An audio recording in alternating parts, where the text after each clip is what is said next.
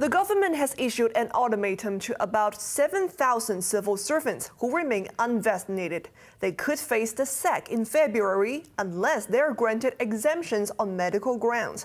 The announcement came on the day Hong Kong had 8 imported infections, but none for Omicron.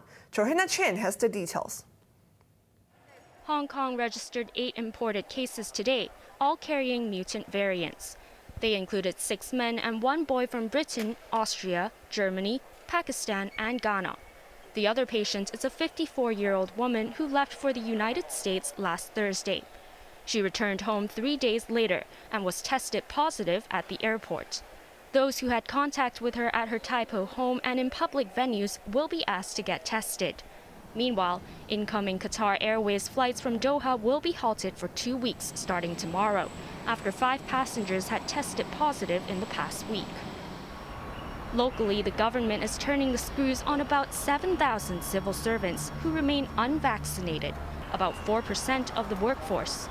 Starting next month, they must submit a negative test result every 3 days, as opposed to once a week.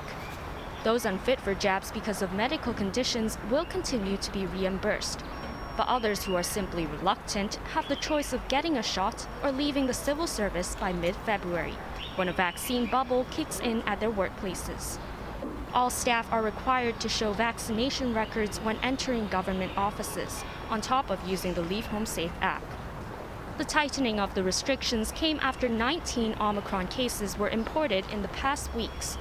In anticipation of a further surge, arrivals from extremely high-risk countries will be discharged from Penny's Bay Quarantine Center after 4 days, 3 days earlier than the previous requirement. Infectious disease expert Ho Pak Leung revealed the science behind the decision, saying the average incubation period for Omicron patients was 2 to 3 days.